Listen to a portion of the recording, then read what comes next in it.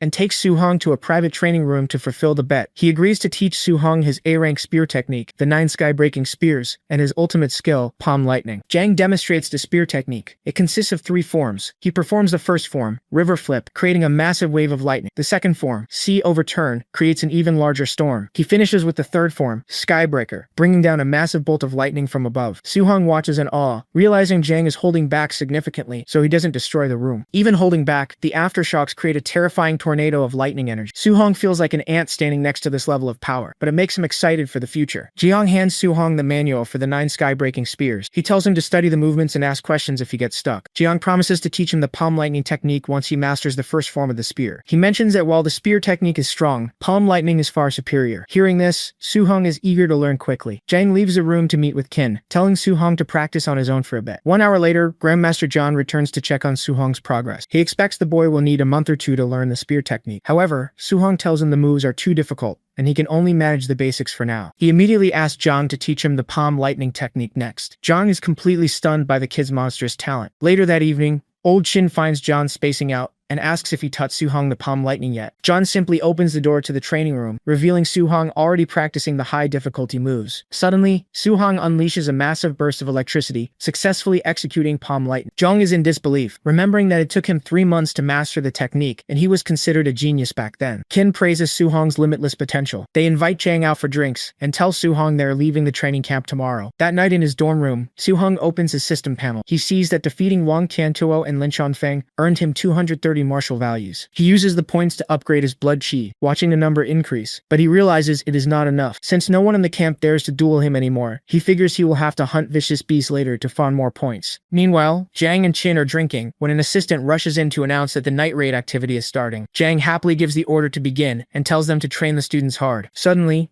Qin sobers up and realizes Su-hong is sleeping in the dorms. He panics and tells Zhang to postpone the raid immediately. Unfortunately, the order was already sent, and the raid has begun. Outside the dorms, a large group of men in camo gear prepares to attack. 2 leaders stand in front, Bu Jingfeng and his rank 2 older brother, Bu Jinglong. Jinglong explains that Grandmaster Zhang specifically asked him to participate to deal with the student who has the wood spirit body. Jingfeng, still bitter about a previous defeat, swears he will take down Su-hong if he runs into him again. The men put on black ski masks and charge the building. Inside, complete chaos breaks out. Masked raiders kick down doors and attack sleeping students. Su-hong hears the commotion and steps out of his room. A raider immediately lunges at him, but Su-hong effortlessly knocks him out with a single punch. Looking at the unconscious man's mask, Su-hong gets an idea. If he puts on dark clothes and a mask, he can pretend to be a raider and openly beat people up to earn martial values. Putting his plan into action, Su-hong walks into a room where a raider is cornering a terrified student. Pretending to be an ally, Su-hong approaches the raider and instantly knocks him out with a punch to the face. Realizing this is the perfect chance to farm points, Su-hong goes on a rampage. He runs through the halls with his fist glowing, beating up every masked raider he sees. The real raiders are completely confused, screaming about a traitor in their ranks,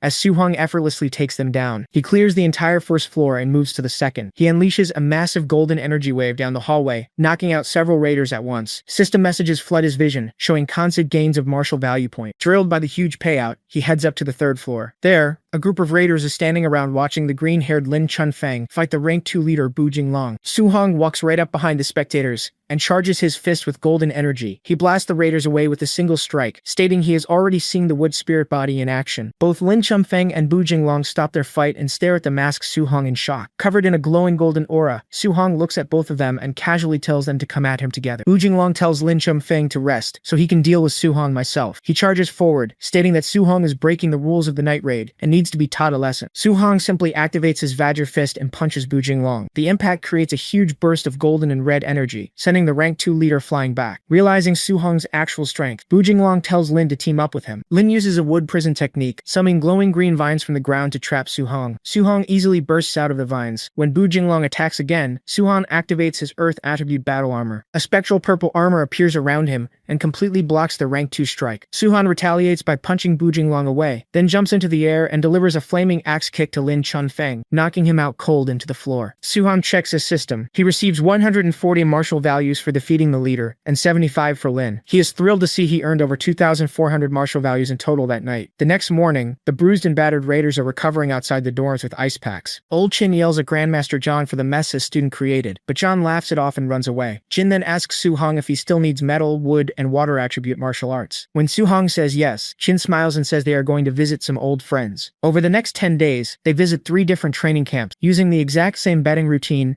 Qin wins 3 new A-rank cultivation methods for Su-hong. Back in his dorm, Su-hong practices the entry levels of his new metal, wood, and water techniques. With almost 3,000 martial values saved up, he decides to increase his blood chi. He repeatedly upgrades his stats, and his body bulks up as it absorbs the massive amount of energy. He stops at 450 blood chi, noting he only needs 50 more points to reach rank 2. He spends his last 100 points on his overlord body physique, but the stat only increases by 0.1%. Realizing the physique is too expensive to level up right now, he decides to prioritize reaching rank 2 and plans to farm more points. Before he leaves, Chin contacts him again, asking if he still needs a healing martial art. Su-hong realizes Chin has set up yet another bet. They travel to the Hangzhou training camp. The local grandmaster, Wang Qingshan, announces a field training exercise where students must survive in the myriad monster mountains for 7 days without supplies. They earn contribution point by killing beasts. As the students head into the mountains, Long confirms his bet with Chin. If Su-hong wins, Long will teach him an A-rank healing art. If Su-hong loses, Chin must teach an A-rank art to every student who beats him. Qin mentions that members of the myriad race's demon cult are currently in the mountains, but Long dismisses them as low-level threats. Qin just hopes Su-hong can come back alive. In the mountains, Su-hong tests his new techniques. He uses his lightning spear, metal attacks, wood vines, and a water dragon to kill various beasts. After gathering over 500 martial values, he finds a quiet cave. He sits down and spends his points on blood chi, intending to finally break through to rank 2. Outside in the dark, a red-haired man walks through the woods. He complains about having to patrol the area, mentioning that their cult's sacrifice site is hidden nearby. He then notices the dead beast Su-hong left outside the cave. Realizing someone is inside, he calls out,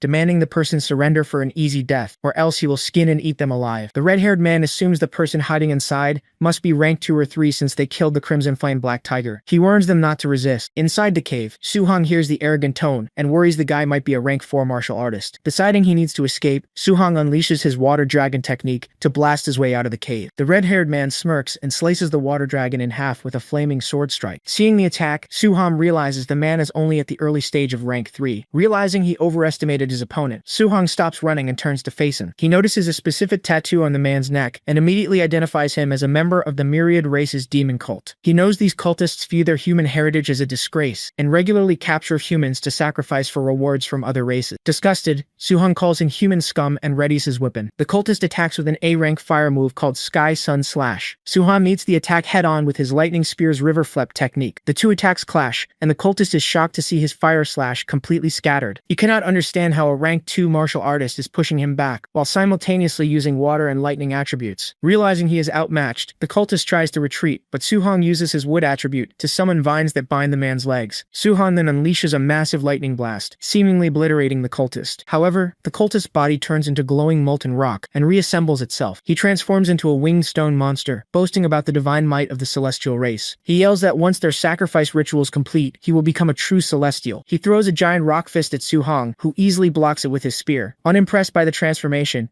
Su-hong traps the monster in a flame cage. He then charges his spear with intense golden lightning and thrusts it forward, piercing straight through the rock demon's chest and shattering him to pieces. A system message appears, showing Su-hong earned 212 martial values for killing the mutated celestial. He notes that hunting cultists pays out much higher points than hunting beasts. Remembering the cultist's words about a sacrifice, he suspects they have captured humans and immediately contacts the Grandmasters to report it. Back at the Hangzhou train camp, Grandmaster Wang reads the report. He tells Old Qin that the cult is just sacrificing their own members this time, so there is no need to launch a rescue mission. He also scoffs at the idea of Su-hong killing an early rank 3 cultist, thinking the kid is just bragging. Old Qin simply sips his tea, fully trusting his student's strength. 3 days later in the mountains, Su-hong stands next to a massive dead snake beast. He checks his system panel and sees he has earned a total of 832 martial values. Suddenly, his perception alerts him to a presence. He looks up into the trees and spots a blue-haired woman holding a whip. She praises him for noticing her, flirting briefly before stating that since he is here, he has to die. She swings her weapon, launching a barrage of sharp ice spikes at him. Instead of panicking, Su-hong just smiles. He looks up at the cultist and thinks to himself that more martial values have just delivered themselves directly to him. Su-hong launches his water dragon technique, crashing the massive water construct directly into the blue-haired woman. Before she can recover, Su-hong grabs her by the neck, deciding she is the perfect person to ask about the other cult outposts. He throws her to the ground and strikes her with his netherbone ghost fist. Pinning her down with his spear, he demands the location of the outpost. Terrified and spitting blood, she points him 10 kilometers north and begs for her life. She reveals there are 3 rank 3 and 3 3 rank 2 martial artists left at the camp. Su-hong does the math and realizes that taking them all out will give him enough martial values to finally reach rank 2. The woman suddenly morphs into a winged creature, claiming her strength is doubled and that she will kill him for underestimating her. Su-hong does not even let her finish. He instantly blasts her with a massive pillar of golden energy, stating the cultist committed too many sins and he will not let a single one of them live. The system immediately awards him 208 martial value, and he smiles at the prophet. 10 kilometers north at the sacrificial outpost, 3 human students are surrounded by a large group of cultists. The students realize they were tricked, as the enemies are all rank 3 instead of rank 2. The cult's blood commander orders his men to kill the human geniuses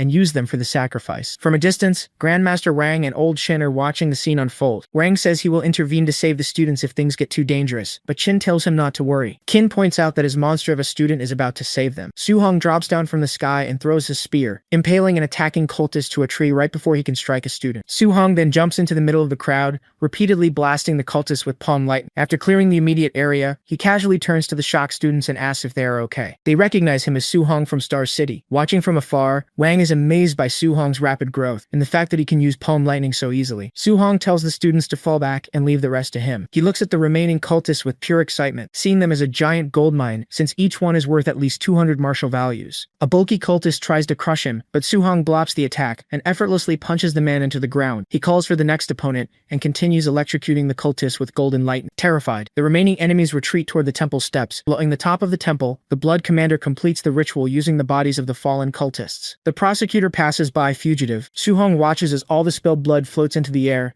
and gathers into a massive portal. A figure with large white wings emerges from the blood. The being declares himself a noble of the celestial race and demands the humans kneel before him. Looking up at the winged being, Su-hong just grips his spear and smiles. He thinks to himself that if morphed cultists gave him a lot of points, he wonders exactly how many martial values he will get for killing a real celestial. The celestial calls Su-hong an ant for looking up at him and instantly attacks with blinding speed. Su-hong blocks the golden strike with his spear, surprised by how fast it is. The celestial notes that Su-hong is surprisingly strong for a human youth. He realizes that possessing this human body will not be as easy as just stepping on ants. He complains that his possessed vessel has not even reached the 4th tier and is already breaking down, but he claims his peak 3rd tier strength is more than enough to eliminate a future threat like Su-hong. Hearing this, Su-hong realizes he's only fighting a possessed body, not a real celestial. He coats his fist in lightning, declares the fight is not over yet, and charges forward. The two clash directly. From a distance, Grandmaster Wang and Old Chin watch in shock as Su-hong physically suppresses the celestial, despite being an entire realm lower. Su-hong lands a heavy flaming punch right into the celestial's chest, damaging his armor and forcing him back. The celestial is furious and confused, wondering what kind of physique Su-hong has to overpower him in pure physical strength, especially since he never lost a physical clash against other alien races. Su-hong just asks if he is tired yet. Thanks to his overlord body, Su-hong feels completely refreshed. He tells the celestial that he usually has to hold back to avoid accidentally killing people, and wishes the celestial's true body was here for a more satisfying fight. Insulted by the human, the celestial summons his innate ability, the divine treasury. Dozens of glowing portals appear in the air, aiming golden spears at Su-hong. A system notification pops up, telling Su-hong he cannot learn this skill because it requires a pure celestial bloodline. Grandmaster Wang panics, thinking Su-hong is about to be killed, but Old Kin just tells him to calm down. Old Kin casually reveals that Su-hong has a 100% compatibility with all 7 attributes, and has not even used his ultimate move yet. The celestial fires the barrage of golden spears. Su-hong smiles, noting that the celestial is the first opponent to force him to go all out. He unleashes the 3rd stance of his spear technique, heaven breaking. He combines fire and lightning into a massive upward strike. The attack completely overpowers the golden spears and vaporizes the possessed celestial. Su-hong checks his system and sees he earned 843 martial values. He laughs, incredibly happy with the huge payout. Grandmaster Wang rushes over, completely amazed that a student defeated a celestial. Su-hong is a bit confused by the Grandmaster's excitement. He thinks internally that if a regular celestial forced him to use his trump card, the real geniuses of their race must be absolutely terrifying. 4 days later, the training camp ends. The leaderboard shows Su-hong in first place with over 17,000 points,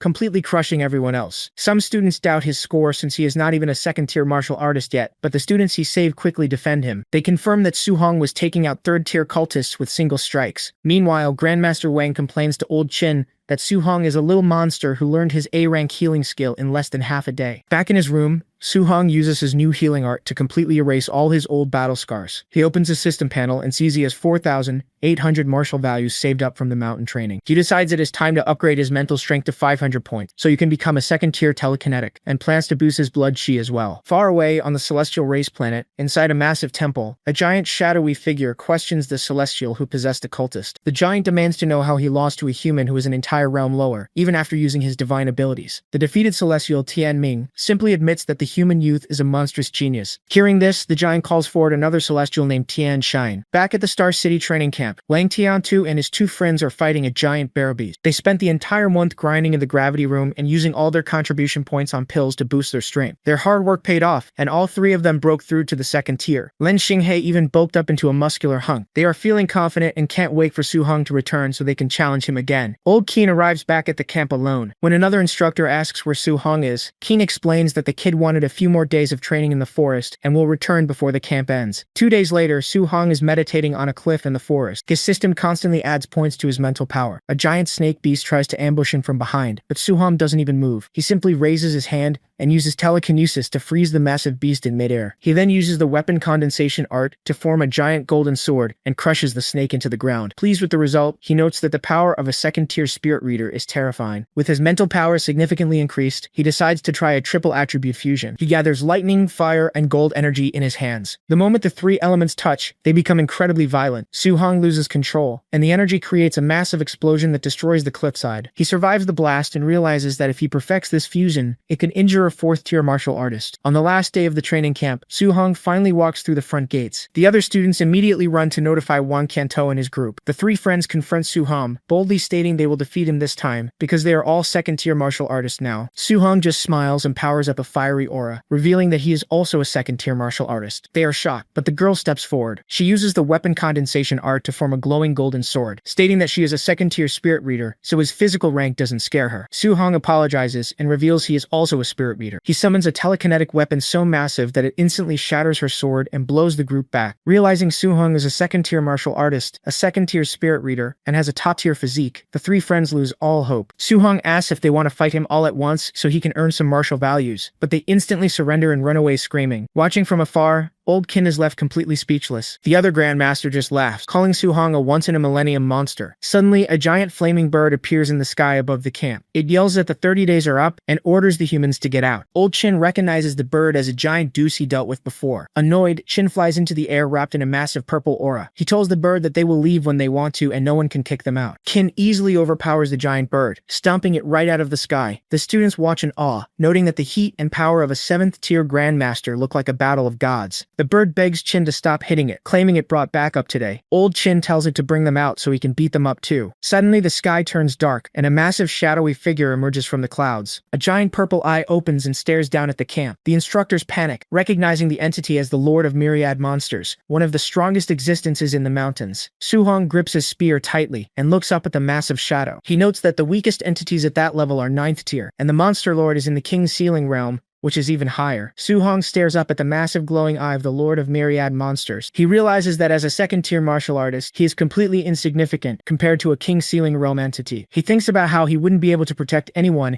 if a monster like that attacks Star City. He resolves to keep getting stronger until he reaches the King's Sailing Realm himself. Old Keem stands calmly as the massive shadow and the giant bird retreat. The Monster Lord has an agreement with the human race and will not casually attack juniors. The training camp ends normally and the students take buses back to Star City. Wang Qiantu and his friends are now friendly with Su Hong, joking that his name will soon be famous across the city. They arrive at the City Lord's mansion for a welcome banquet. Su Hong isn't interested in the party and just wants to go home to see his aunt and uncle. Inside the luxurious banquet hall, Su Hong's aunt and uncle are sitting at a table. They feel embarrassed and out of place in their simple clothes, and some wealthy guests quietly mock them for looking like migrant workers. Suddenly, the principal of number 1 high school and the president of the Martial Artists Association rush over. They enthusiastically shake the uncle's hand, praising Su Hong as the most promising genius they have ever seen. The wealthy guests are left completely shocked. Nearby, the fathers of Long Qiantuo, Lin Xinghe, and Xiao Yan are arguing. They brag about their kids reaching the 2nd tier and debate who is the strongest. When the arrival of the students is announced, the city lord and the fathers head outside to greet them. However, the fathers are confused to see their kids looking depressed and bruised. The kids admit they were completely crushed in a fight. The fathers ask how 3 2nd-tier teams could lose together. The kids explain that Su Hong beat them because his physical strength, speed, and spirit, telekinesis were all far superior. Su Hong gets off the bus, and the crowd stares at him. He spots his aunt and uncle and smiles. His aunt runs toward him but trips on the red carpet. Before she can hit the ground, Su Hong uses his telekinesis to catch her, gently floating her safely back to her feet. Seeing this, the city lord, the principal, and the association president are stunned. They realize Su Hong is not just a martial artist, but also a 2nd-tier spirit reader. The principal and president start bickering, realizing they both missed this detail, and loudly boast about how they will support him. Meanwhile, The other wealthy guests start making frantic phone calls, trying to arrange marriages with Su Hong or send his family expensive gifts. The city lord steps forward with a gold tray. He presents Su Hong with a villa and 3 million in cash as his prize for taking first place in the training camp. The city lord shakes Su Hong's hand and openly tells him to just ask if he ever needs anything in the future. Su Hong realizes the city lord is openly trying to recruit him. He knows that refusing the offer right now will offend the city lord, but accepting it means he will be obligated to fulfill his request later on. Su Hong decides that since the city lord's faction is the most powerful in Star City, he should not offend him. Besides, with the city lord protecting his family, he can go out and train freely. He also has Grandmaster Qin as his backer, so he knows the city lord cannot force him to do anything excessive in the future. Su Hong accepts the offer and shakes the city lord's hand. When asked what he needs, Su Hong immediately requests medical treatment for his aunt's rare disease. The city lord gladly agrees to use the best medical resources available. The city lord then asks if he wants anything else, and Su Hong asks for a weapon. The city lord leads him into the mansion's massive armory and tells him to pick any A-grade weapon he wants. Su Hong asks if there are any multi-attribute alloy weapons. To explain why, he casually summons 7 different elemental orbs in his hands. The city lord is completely shocked. He cannot believe the second-tier martial artist and spirit reader can cultivate 7 attributes simultaneously and still level up so fast. Su Hong purposely shows off his talent, knowing that the more monstrous he appears, the more the city lord will value and support him. The city lord admits that multi-attribute weapons are extremely rare. The best match he has is a 3-attribute B-grade spearhead. Su Hong accepts it, deciding to attach it to his own Thunderfire spear shaft. Before Su Hong leaves, the city lord warns him about strange anomalies happening all over the world. Mysterious shards are appearing, creating natural treasures and granting fierce beasts multiple attributes. He specifically mentions Stargazing Lake just outside Star City, where a multi-attribute beast was recently spotted. The city lord advises Su Hong to stay away, warning him that the area is currently too dangerous for him. A few hours later, the city lord's private car drops Su Hong and his aunt and uncle off at their apartment building. The neighbors, including their greedy landlady, are stunned to see them step out of the prestigious vehicle. The landlady, who had just been complaining about the Su family and threatening to raise their rent, tries to act friendly. Su Hong's aunt casually tells the landlady that they won't be renting anymore because the city lord gave them a villa. She asks for a refund on their extra rent, but the uncle stops her, saying they are rich now and can just leave the money as a gift. They head upstairs, happily discussing their move to the new house. That night, Su Hong goes up to the roof for one last training session. He pulls up his system panel and uses his remaining 1,900 martial values to upgrade his blood chi. His body pulses with intense red energy as his blood chi surpasses 700 points, allowing him to break through to the mid-stage of the second tier. After the breakthrough, he pulls out his phone to research the anomalies the city lord mentioned. Because his body hasn't adapted to his new mid-stage strength yet, he accidentally cracks the phone screen just by gripping it. He scrolls to the news, reading reports about an S-grade spiritual medicine causing grandmasters to fight, and beasts gaining new elemental powers from mysterious shards. He finds information on Stargazing Lake, noting that the rank 2 multi-attribute beast there has attracted a large crowd of rank 3 and rank 4 martial artists. Su Hong figures that while he might not be able to beat a rank 4 martial artist in a fight, he can definitely escape from one. With his mind made up, he decides that as soon as his family finishes moving into the villa tomorrow, he will head straight to Stargazing Lake. The next day, Su Hong's family moves into their new villa. The house is quickly filled with gifts from wealthy neighbors trying to get on his good side. Su Hong finds entertaining them exhausting and decides to leave for Stargazing Lake in the afternoon. At the martial artist base, he notices a huge crowd. Lower tier martial artists refuse to leave the base because there are too many tier 3 and tier 4 fighters heading to the lake, making it too dangerous to travel without getting robbed. Meanwhile, up on the second floor of the base, a man confirms with an underling that Su Hong killed his nephew. He uses his powerful aura to force the underling to his knees, demanding respect as he plans his next move. Su Hong reaches Stargazing Lake and watches from the trees. He sees that the area is packed with high-tier martial artists. Suddenly, a massive beginner tier 3 star-spotted giant fish bursts out of the water. It shoots a dual attribute attack that easily destroys a tier 4 martial artist's earth defense, severely injuring him. Annoyed, the tier 4 martial artist immediately kills the giant fish in one strike. The crowd rushes in and chops the beast up to find the treasure, but its stomach is completely empty. Seeing how aggressively the tier 4 fighters act, Su Hong decides it is not safe to stick around and turns to leave. Just as he turns, a masked man ambushes him with a blade. Su Hong uses his spirit telekinesis to briefly pause the attacker, allowing him to dodge the fatal blow. He quickly realizes the attacker is a tier 4 martial artist. The attacker is surprised that Su Hong is a spirit reader. Suddenly, more masked men emerge from the woods. Su Hong finds himself surrounded by a tier 4 leader and over a dozen tier 3 assassins. Knowing he cannot fight them all at once, he uses his A-class movement technique to sprint away. When the assassins chase him, he uses uses his telekinesis to launch himself straight into the sky and fly away, leaving his pursuers completely stunned that a Tier 2 can fly. Dozens of kilometers away, Su-hong lands in the forest, completely exhausted. His vital energy and mental power are drained. He figures that Ye Feng's uncle, Ye Qi, is the only one who would hire this many high-tier assassins to kill him. Su-hong plans his next move. He knows you can kill the Tier 3 assassins, but the Tier 4 leader is a major threat. If he fights the leader first, the others will swarm him. He decides he must use his speed to eliminate the Tier 3 fighters first, then focus entirely on the Tier 4 leader. Meanwhile, the assassin leader complains that their employer gave them bad intel by not mentioning Su-hong's telekinesis. He tells his men they must kill Su-hong before he reaches the city, or their employer will have them killed for failing. They use a tracking compass to hunt him down. Over the next 7 days, they constantly track and fight him in the woods. Su-hong kills several of them in quick skirmishes. By day 7, an assassin spots Su-hong while he is peeing in the bushes, and Su-hong quickly kicks the man in the face. The constant running and fighting leaves Su-hong completely drained. He eventually makes it to an official Star City supply station. He knows it is risky, but he has to rest. He figures the assassins will not dare attack him openly on official city territory. As he walks through the station, he notices men in suits staring at him. He realizes his tracks have been exposed, and confirms that Ye Qi from the martial artist base is indeed the one trying to kill him. Su-hong rents a room at the temporary supply base inn. He checks his system panel and sees his vitality is at 705.5. He needs 900 to reach the high stage of the second tier, but his 540 martial arts points are not enough. Instead, he spends the points to upgrade his overlord body physique from 1.1% to 6.5%. He feels an immediate surge of power, estimating his strength just increased by at least 20%, and soon after that, he curved in fighting more death cases. He decides to rest and practice his guidance technique, staying prepared to jump out the window if the assassins show up. A few hours later, Su-hong is eating a burger in the inn's dining area. The room suddenly goes completely quiet. He realizes the assassins are holding back, likely planning to ambush him outside. He then overhears nearby martial artists talking about a rare multi-attribute treasure called the 3-star vein ink purple bamboo. They mention the treasure is protected by a deadly gravity field that instantly crushed several Tier 4 martial artists into meat paste. Su-hong wonders if his newly upgraded overlord body could withstand that kind of gravity. Suddenly, a massive explosion rips through the wall right beside him. The assassins have finally attacked. The Tier 4 leader and his men surround the ruined building. The leader mocks Su-hong, stating they wouldn't hesitate to attack a supply base. Su-hong just smiles. He pulls out his new 3-attribute spear and infuses it with fire, lightning, and gold energy all at once. The leader recognizes the 3 attributes and panics, screaming for his men to scatter. Su-hong thrusts the unstable weapon forward, triggering a massive triple attribute explosion that completely levels the inn and the surrounding area. When the dust settles, the Tier 4 leader is still alive but heavily injured. He assumes Su-hong died at the epicenter of the blast. Just as he catches his breath, a shirtless Su-hong drops from the sky, striking down with the 3rd style of his spear technique. The leader quickly blocks the attack with his sword and pushes him back. Su-hong instantly uses his movement technique to vanish. The leader tells his men to catch him, but Su-hong reappears right behind a surviving Tier 3 assassin and impales him through the chest. Su-hong notes that while he might not be able to kill the Tier 4 leader yet, he has no problem picking off the Tier 3 subordinates. He throws the dead body at the leader and runs away into the forest. As he escapes, he admits the failed fusion explosion was terrifying. He only survived because he used his thick earth armor and his upgraded physique. He decides that once he successfully masters the 3-attribute fusion, he will have a real chance to kill the Tier 4 leader. Back at the Star City martial artist base, Ye Qi shatters his teacup in a panic. He realizes his hired assassins completely botched the job. By attacking an official supply outpost, they drew too much attention. He knows that if Su-hong dies now, the city lord will easily trace the assassination back to him and wipe out his entire clan. Meanwhile, deep in the forest, a massive purple gravity field surrounds the rare 3-star ink purple bamboo. A group of disguised martial artists struggles to walk through the anomaly. They note that the higher a person's cultivation tier is, the stronger the gravity pushes down on them. The Tier 4 leader uses a tracking compass to search for a hidden divine artifact. The compass points directly into the center of the gravity field, revealing the artifact is right next to the bamboo. Just then, Su-hong sprints past them, heading straight into the field. The Tier 4 leader Bai Ao recognizes him. Revealing himself as a demon cultist, Bai Ao attacks Su-hong, hoping to kill him and claim a reward from his lord. Su-hong blocks the fiery strike, but realizes the Tier 4 cultist is too strong to fight directly. Several Tier 3 cultists try to block Su-hong's escape path, but he instantly kills 2 of them with his spear and movement technique. To avoid Baiao's full force attack, Su-hong runs deeper into the purple gravity field. Baiao tries to chase him, but the intense gravity immediately forces him to a halt. Because he is a Tier 4 martial artist, the field exerts a crushing weight on him right at the edge. Frustrated, he throws his sword at Su-hong, but the gravity field shatters the weapon completely before before it can reach him. Safe inside the field, Su-hong stops right next to the purple bamboo. The intense gravity and his previous injuries push him to his limit, so he sits down and uses a green wood attribute technique to heal himself. Watching from outside, the cultists are shocked that Su-hong also knows healing arts. They realize that if Su-hong claims the divine artifact inside the bamboo, they are all dead. Near Stargazing Lake, Wang Tiantuo and his two friends notice the area is completely locked down by demon cultists. They wonder if the cult is targeting Su-hong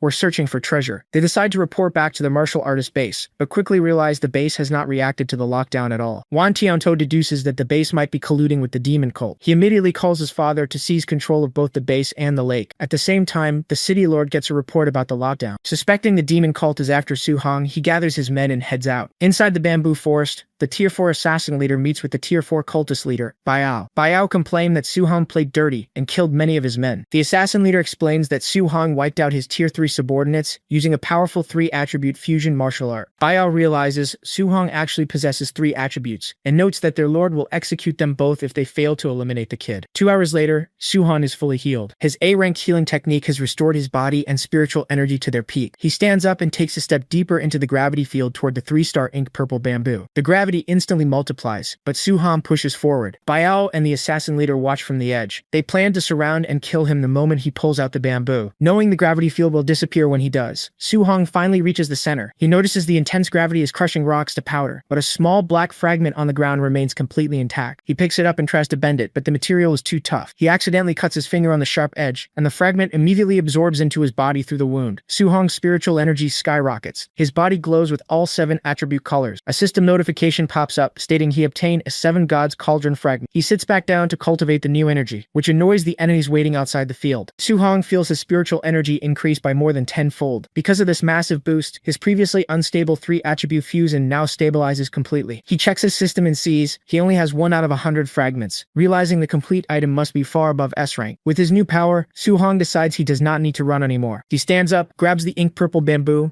and pulls it out of the ground. The gravity field instantly vanishes. Biao, the assassin leader, and all their remaining subordinates charge at him at once. Su-hong just smiles. He infuses his spear with his perfected 3-attribute fusion and slams it into the ground. The resulting explosion is massive. Fire and lightning completely engulf the attackers, leveling the forest and leaving a giant crater in the ground. The Tier 4 assassin leader survives the blast but is heavily injured and coughing up blood. He looks around at the charred skeletons of his men and the cultists. He figures out that Su-hong must have absorbed the divine fragment to suddenly become this powerful. Out of the smoke and flames, Su-hong walks forward. Glowing with fire and lightning, he looks down at the assassin leader, asks if hunting him was fun, and states that it is now his turn to kill. Su-hong stands over the heavily injured Tier 4 assassin leader. He offers him a chance to live if he reveals the location of the demonic cult's stronghold in Star City, realizing the cult must have a deep presence to collude with Ye Qi so quickly. The assassin arrogantly refuses and tries a desperate suicide attack, throwing a glowing explosive to drag Su-hong down to hell with him. Su-hong doesn't even flinch. He simply blasts the man with a massive wave of lightning, instantly vaporizing him. Nearby, Biao and the other Tier 4 cultists see the massive explosion. They realize Su-hong's earlier threats were not a bluff and that his spiritual energy hasn't drained at all. Terrified that a rank 2 youth just wiped out their entire team and turned 2 rank 4 martial artists into lone survivors, they abandon the mission and run for their lives. Back at the martial artist base, Ye Qi receives a call confirming the assassination failed and his rank 4 men couldn't kill a rank 2. He panics, knowing the city lord will trace the hit back to him and execute him. He rushes outside to his car, desperate to escape Star City. Just as he approaches his vehicle, a massive flame cage erupts from the ground, trapping him inside. Su-hong steps out of the shadows. Ye Qi desperately tries to fight back, but Su-hong instantly pierces right through him with a lightning-infused spear strike, killing the peak rank 3 official in a single move. The city lord and his guards arrive just as the flames settle. The surrounding crowd is shocked that a youth killed a base official in broad daylight, but they all agree Ye Qi deserved it for attempting a sneak attack. The city lord asks Su-hong what happened. Su-hong casually downplays it as just luck, and reveals he also snatched the 3-star ink purple bamboo. Inside the city lord's private car, Su-hong explains the whole 8-day ordeal. He details how he fled from 2 rank 4S and 20 rank 3S, ended up heavily injuring the leaders, killing the rest, and taking the treasure. The city lord is so utterly stunned by this monstrous feat that he jokingly asks Su-hong to marry all 40 plus of his daughters so they can mass produce geniuses and save humanity. The city lord then gets serious. He warns Su-hong that the cult's mastermind might still be in the city and could send rank 6 or 7 grandmasters next. He advises Su-hong to get into a top university like Magic Capital or Capital University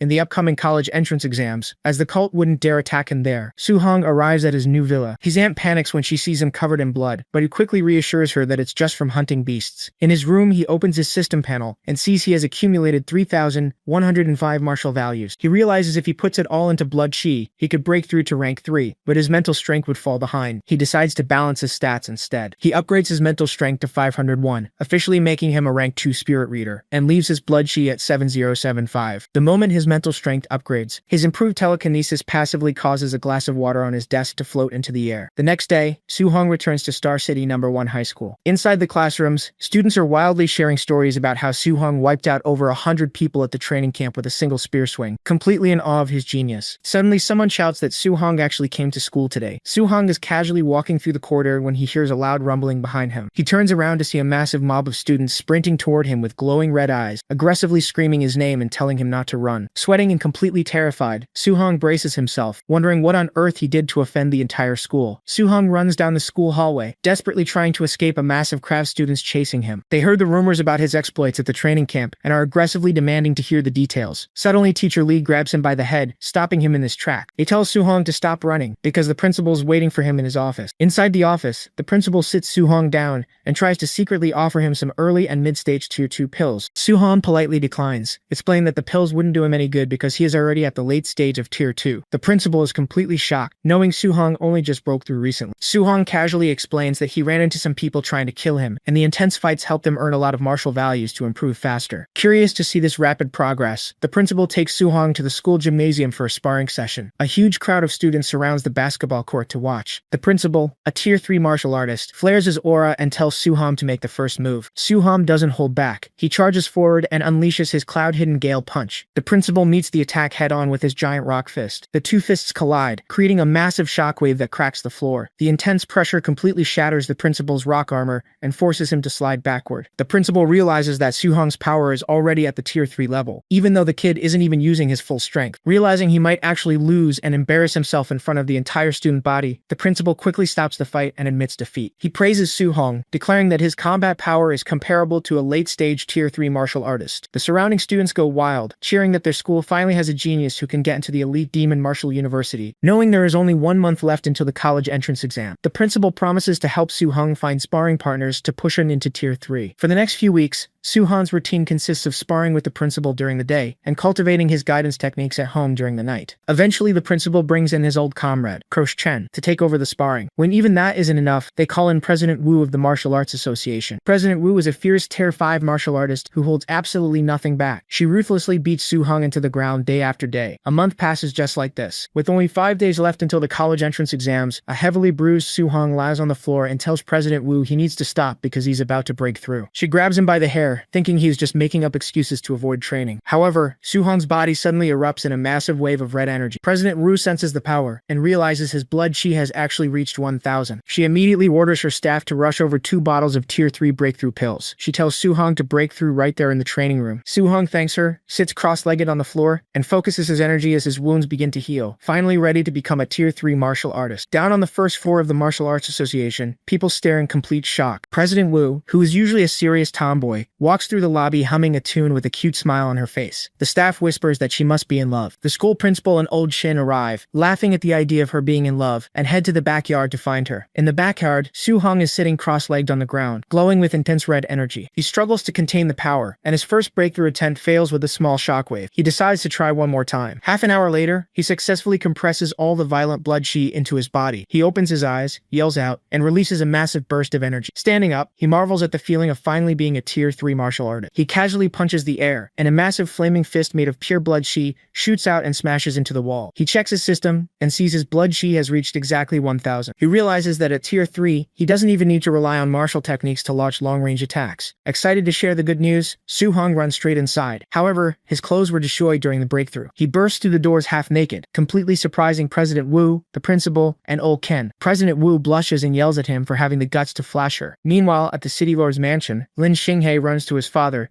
excitedly announcing that Su-hong reached the mid-stage of Tier 2. His father remains completely cold. He casually tells his son that President Wu just called to inform them that Su-hong actually broke through the Tier 3. Lin Xinghe is left entirely speechless. Back at the association, Su-hong sits in a meeting with the city lord, President Wu, the principal, and old Xing. Because his clothes were ruined, Su-hong is now wearing a tight, cute cat shoe. The city lord hands Su-hong a list of high-level martial artists who recently arrived in Star City. He warns Su-hong that there are nearly 100 people on the list, and some of them might be human traitors planning to assassinate him on behalf of the demon cult. Su-hong calmly states that he is already mentally prepared for assassinations from human traitors. The city lord tells him he will be safe once he gets into one of the top 2 universities. President Wu advises against Imperial Capital University because they strongly favor students from wealthy and powerful families, which would put Su-hong at a disadvantage. She suggests Magic Capital Martial Arts University instead, explaining that they only care about raw talent and strength, and they fiercely protect their students no matter what trouble they cause. Hearing this, Su-hong agrees to go to Magic Capital. The city lord then decides to poke fun at Su-hong's cute cap shirt, questioning the genius's taste in clothing. President Wu immediately steps in, blushing and admitting she specially lent him her shirt because his clothes were destroyed during his breakthrough. Realizing his mistake, the city lord quickly changes his tune, nervously laughing and praising the shirt's wonderful taste. A few days later, the city lord waits at the Star City airport. He greets Wang Lindao, a Tier 5 martial artist, who is in charge of evaluating the college entrance exams for Star City this year. Wang Lindao complains about his assignment. He feels that actively networking with students is beneath his pride, especially since Star City rarely produces even a single Tier 2 examinee. The city lord just smiles and asks if an 18-year-old Tier 3 genius is worth networking with. Wang Lindao's eyes widen in shock. Forgetting all his previous complaints, he instantly demands the city lord take him to this genius right away. At the Star City martial arts exam venue, thousands of students gather in a massive stadium for the vitality check. President Wu and the city lord look around for the Tier 5 examiner, Wang Lindao. They spot him shamelessly cozying up to Su-hong. Completely tossing his pride aside, the high-level examiner throws up a peace sign and tries to take a cute selfie with the kid, desperate to get on the genius's good side. The city lord facepalms at how thick-skinned the man is. An announcer declares that students below Tier 2 will take their combat tests here, but anyone at Tier 2 or above must take a special train to the provincial capital for specialized testing. Su-hong looks surprised, and his friends awkwardly admit they forgot to tell him about that rule. They ask if he managed to reach the mid-stage of Tier 2 during his training. Su-hong just smirks and tells them they will find out in a bit. He steps into the vitality detector capsule. Instantly, a massive wave of red energy erupts from his body. The machine scans him and displays a staggering score of 1005. The entire stadium is thrown into absolute shock. Lin Xinghe and the other students stare in pure disbelief, realizing Su-hong didn't just reach mid-Tier 2, he actually broke through to Tier 3. Up in the private viewing rooms, the wealthy fathers are dumbfounded. Lin Xinghe's father immediately decides he needs to find a way to make this kid his son-in-law. Up in the examiner's box, Wang Lindao is utterly amazed. He looks at a data chart showing the massive gap in cultivation resources between a small place like Star City and the elite magic capital. He realizes that if Su-hong had grown up with the educational resources of a large city,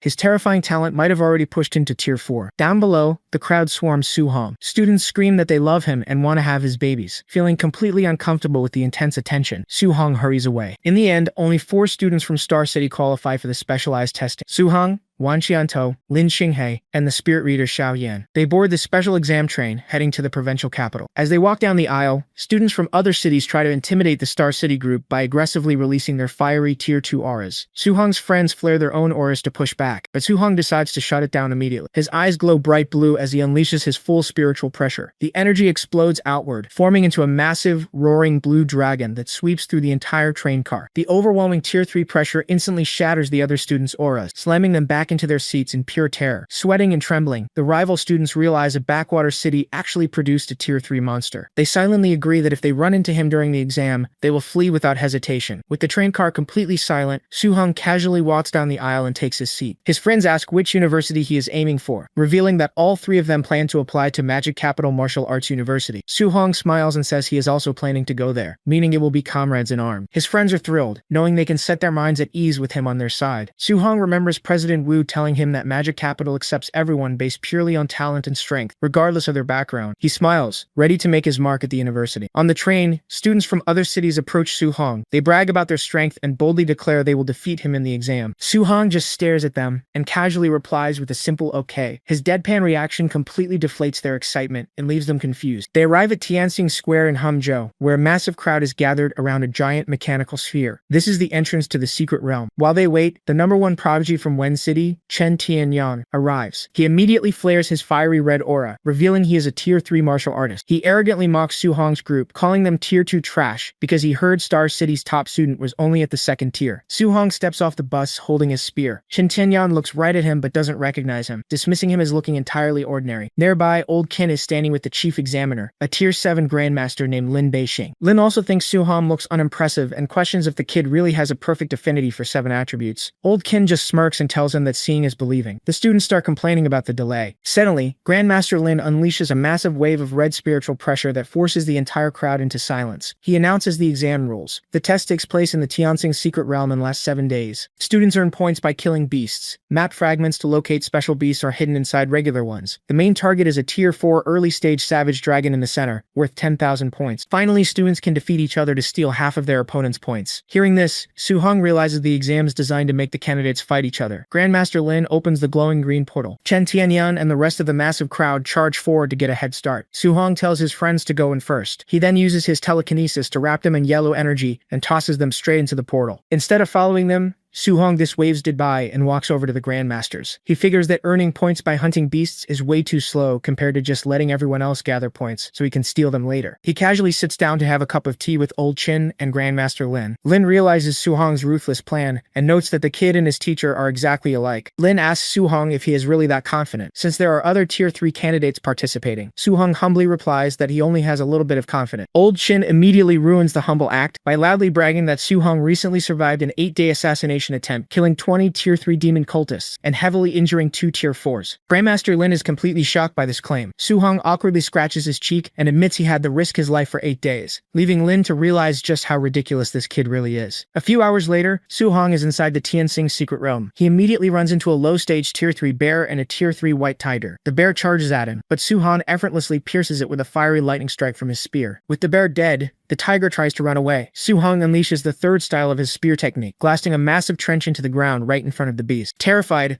the tiger rolls over on its back and tries to act cute to beg for mercy. Su Hong tells it to stop meowing. He orders the beast to lead to other humans or high-tier beasts, promising to spare its life if it obeys. Su Hong rides the tiger through the forest. They soon encounter a massive high-stage Tier 3 giant ape. The ape is over 30 meters tall and carries a massive tree trunk as a weapon. The ape swings the log down. Su Hong jumps off the tiger and tells it to run away. He dodges the attack and complains about the ape's terrible breath. He then points his spear upward and blasts the ape right in the face with a burst of fire and lightning. The ape gets angry and slams its massive log down directly onto Su Hong. The log is over 40 meters long and weighs around 70 tons. However, Su Hong easily catches it with one hand. He notes that since he has already broken through to Tier 3, catching this much weight is nothing to him. He then covers the massive log with his mental power. Using his telekinesis, he floats into the air, lifts the entire 70-ton tree trunk, and swings it like a giant bat. He smacks the giant ape squarely in the face with its own weapon. Outside the secret realm, the crowd watches the fight on the giant broadcast screens. They are completely stunned by the display of strength, wondering what kind of monster Su Hong really is. In the private viewing area, Old Qin laughs and points at the screen, bragging that his student is beating an elite monster like a dog. Grandmaster Lin spits out his drink in shock. Watching Su Hong effortlessly crush the giant ape, Lin admits that the outcome of this year's assessment is already decided. Su Hong stands over the fallen giant ape.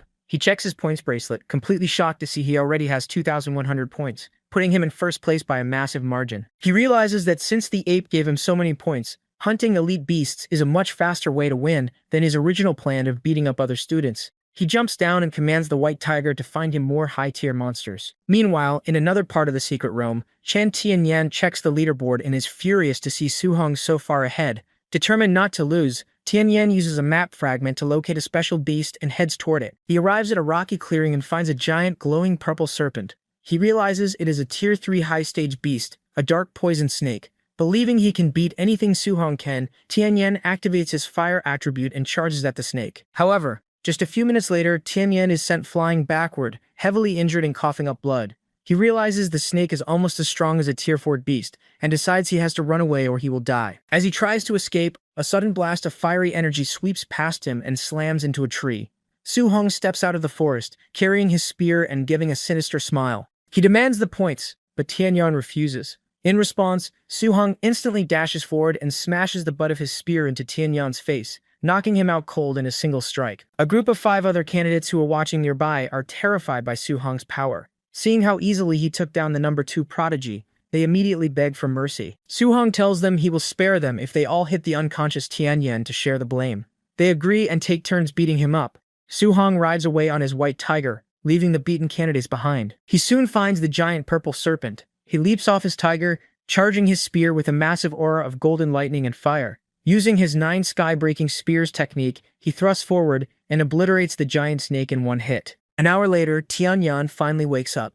He checks the leaderboard and screams in despair when he sees Su-hong now has 4,500 points. He realizes Su-hong must be hiding his true strength, and is likely a Tier 4 martial artist. In the real world, the grandmasters and spectators are equally stunned by Su-hong's absurd power. He easily took down 2 special beasts back to back, using a rare fusion of thunder and fire attributes. The crowd goes wild, realizing the entire exam has basically become Su-hong's personal show.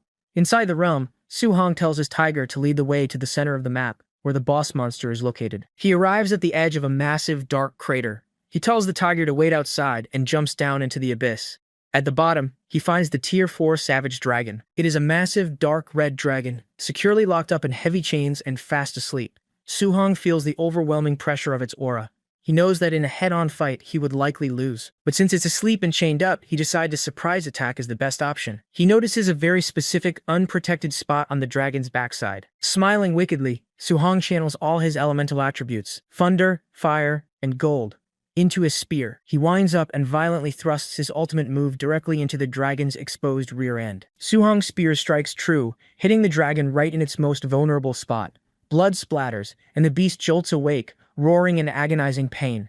Furious, the dragon unleashes a massive torrent of fire. The intense heat and explosive force from the dragon's breath blast the ground, completely shattering the heavy chains binding it. Outside the secret realm, the crowd and grandmasters watch the broadcast in absolute disbelief. They are stunned by Su-hong's shameless and brutal tactic of stabbing the beast's rear.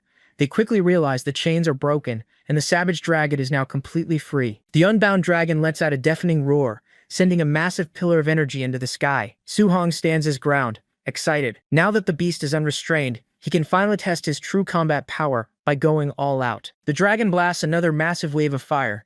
Su-hong counters by unleashing his Rage Sea Spear technique, creating a giant water dragon that crashes directly into the flames, neutralizing the attack. Capitalizing on the opening, Su-hong leaps high into the air to strike with his 9 sky-breaking spears. However, the dragon reacts surprisingly fast, swinging its giant claw to swat him away. Su-hong barely manages to block the strike with his spear shaft, skidding backward across the rocky ground from the heavy impact. Wiping his mouth, Su-hong admits he underestimated the fat dragon's speed. But he smiles, knowing that in terms of pure physical strength, his newly upgraded Overlord body is far superior. He charges his fist with explosive power, dashes forward, and delivers a devastating punch straight into the dragon's chest, sending the massive beast reeling backward with a painful roar. Su-hong's punch creates a massive shockwave, but the dragon quickly recovers. It swipes its claws, sending out sharp blades of air. Su-hong charges his spear with lightning and fires off a series of attacks to counter the strikes. As the attacks collide, the dragon realizes Su-hong's raw power is no joke. It rears back and unleashes a massive blast of fiery breath, covering the entire area in flames. Outside the portal, the Grandmasters are stunned by Su-hong's physical strength. Grandmaster Ling thought Su-hong's Overlord body was just a regular constitution, but seeing him match the Savage Dragon's physical power, he realizes the boy must have perfectly fused his elements to maximize his body's potential. Inside the realm, Su-hong easily breaks through the fire breath using his lightning-charged spear. He dashes forward, moving faster than the dragon can track. In a blinding flash of golden light, he thrusts his spear straight through the dragon's neck. The massive beast crashes to the ground, dead. The system prompt confirms the kill, adding a massive 14,500 points to his score. Seeing the update on their leaderboards, the other candidates are completely demoralized. Even the top prodigies realize they have absolutely no chance of catching up to Su-hong's insane score. They admit they were too arrogant and accept that they are just trash compared to him. Meanwhile, Su-hong decides not to let the savage dragon go to waste. He chops off a massive chunk of its tail, starts a fire, and roasts it. He and his white tiger feast on the rare meat. As he eats, his blood chi rapidly increases, and his Overlord body's mastery percentage jumps from 6.5% to 9%. Realizing the meat is essentially free stat points, Su-hong spends the rest of the day eating as much as he can. Over the next few days, Su-hong uses his white tiger mount to hunt down every single special elite beast in the realm. He kills a giant white ape, a massive deathworm, and a heavenly wind-mad bull. On the 7th and final day of the exam, he randomly runs into a candidate walking through the forest. Without hesitation, Su-hong hits him in the head with his log weapon, knocking him out cold. When Su-hong checks his bracelet, he is confused to see he didn't get any points. Looking closer at the unconscious student, he recognizes Chen Tianyan, and realizes he already robbed him of all his points earlier in the week. A loud voice echoes through the secret realm, announcing that the exam is officially over and all candidates must leave immediately. Su-hong pets his tiger goodbye, telling it to train hard so it doesn't get beat to death next year. He looks down at the fainted Tianyan. Not wanting to leave him stranded in the dangerous forest, Su-hong throws the unconscious prodigy over his shoulder and walks toward the exit portal. He steps out of the portal and back into Qian Square. The massive crowd of spectators and all the grandmasters immediately erupt into cheers, chanting his name and hailing him as the new Jiangnan Province martial arts champion. Su-hong's exam results instantly make national news. Reporters broadcast that he shattered the historical points record by a massive margin. People from his high school celebrate in the streets, and reporters even try to interview his aunt and uncle at their home. Videos of him carrying Tianyan out of the portal go viral, and his face is plastered all over the news. Sitting in the president's office at the Martial Arts Association, Su-hong complains to Grandmaster Qin and Lin that the media is getting annoying. Lin agrees to have them tone it down so they don't bother his family. He then asks Su-hong for advice on attribute fusion, hoping for some pointers. Su-hong thinks it's a bit backward for two grandmasters to ask him for advice, but since they've been so helpful, he agrees. He spends the next half hour explaining every detail of his cultivation and fusion techniques. Lin and Qin are deeply grateful, realizing his explanation is a major discovery for human martial arts. President Xia Yan walks in and asks Su-hong if he can explain the wind attribute to her as well. Later that night, Grandmaster Lin successfully masters the basic thunder and fire fusion. Qin asks him how he has dual attributes since he isn't a natural genius. Lin explains that he found a special fragment of the seven-god cauldron. Su-hong hears this and remembers he found a similar fragment earlier. Win warns Su-hong that the myriad races demonic cultists who worship monsters are constantly hunting for these fragments. He tells Su-hong to watch his back, because people will assume he has fragments due to his 7 attributes. Lin proposes they put out a fake story claiming Su-hong found fragments but already handed them over to the Grandmasters. Su-hong agrees to the cover story. Lin also advises him to enroll at Modu Martial Arts University, because the principal there is a powerful Tier 9 expert who can protect him from the cultists. Lin suggests that to catch the principal's attention, Su-hong should beat up the principal of the Imperial Capital Martial Arts University's grandson during the upcoming national tournament. Su-hong smirks and asks for a photo of the grandson so he can familiarize himself with him. Meanwhile, at the Modu Martial Arts University admissions office, a recruiter is reviewing the exam scores from Jiangnan Province. He drops his pen in shock when he sees Su-hong's score of 35,500 points. He frantically pulls up the combat footage and watches Su-hong fight the savage dragon alone using a 3-attribute fusion. His assistant reads Su-hong's file, confirming he has 7 attributes with 100% compatibility. Realizing they found an absolute monster, the recruiter sprints to the principal's office to ask for his private jet. The principal, Li Chenggao, stands up, radiating a terrifying aura. He tells the recruiter not to rush because he is going to Jiangnan Province to recruit Su-hong in person. A few days later, a terrified scout runs into Principal Li's office at Modu University. He begs the principal to stop stirring up trouble, because over a dozen grandmasters are already trying to recruit Su-hong. Li stands up and tells the scout not to worry. He isn't going to fight the grandmasters. He's going to wipe out a demon cult base near the city. Intel confirmed the cultists are targeting Su-hong because he awakened 7 attributes. Li declares he's going to personally kill them before they can even try to attack his new student. He grabs the screaming scout, leaps out the window, and flies toward the forest. 50 kilometers away, inside a dark cave, the demon cultists are holding a meeting. Their leader, a man from the celestial god race, announces their plan to intercept and kill Su-hong before he reaches the university. He promises that once Su-hong is dead, the cultists will be rewarded with divine blood. The cultists cheer, eager to assassinate the human genius. Suddenly, Principal Li lands outside the cave, completely shattering the ground. He brought the scout with him to record a promotional video for the university. Li tells the scout to start filming, then raises his glowing hand and brings down a massive strike that completely obliterates the mountain peak, crushing the cult base and everyone inside in a single hit. Meanwhile, back in Star City, Su-hong's house is overflowing with gifts. His aunt tries to set him up on blind dates with daughters from wealthy families, but Su-hong politely declines, saying he needs to focus on his cultivation. He escapes to his room and opens his system interface. He uses his accumulated points to upgrade his spirit stat to Tier 3. He then tests a new technique called the weapon condensation art, creating a solid shield of energy. He punches the shield to test its durability, breaking it, but realizes it's strong enough to block attacks from mid-stage Tier 3 beasts. Satisfied, he dumps the rest of his points into his overload body. He screams in pain as his body undergoes another massive physical upgrade, reaching the 36% mastery level. He realizes his pure physical strength is now high enough to easily kill a Tier 4 martial artist. He goes downstairs to eat dinner with his family, finally feeling secure in his power. The next morning, Su-hong is woken up by his phone ringing. He answers it sleepily, only to hear Grandmaster Qin screaming for help. Qin begs Su-hong to hurry to the school and save him, sounding completely terrified. Su-hong rushes out of his house and sees Grandmaster Qin hiding behind a pile of rubble. Standing near him are the admissions directors from both Modu and Imperial Capital Universities. The two directors are literally fighting each other to recruit Su-hong, and their battle is destroying the neighborhood. Su-hong stops them and asks what is going on. The Imperial Director immediately offers him an unlimited supply of high-grade resources, free martial arts manuals, 30 million in cash, and a personal Grandmaster tutor if he joins their school. Su-hong realizes the perks are worth over 1 billion coins a year.